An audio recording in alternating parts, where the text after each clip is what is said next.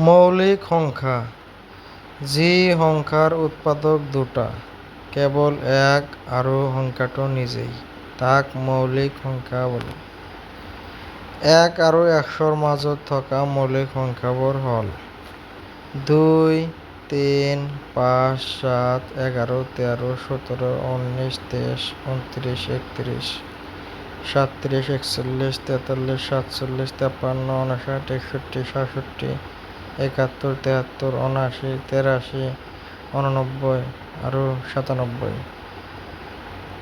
আটাইতকৈ সৰু মৌলিক সংখ্যাটো হ'ল ২ আৰু একমাত্ৰ যুগ্ম মৌলিক সংখ্যাটো হ'ল ২।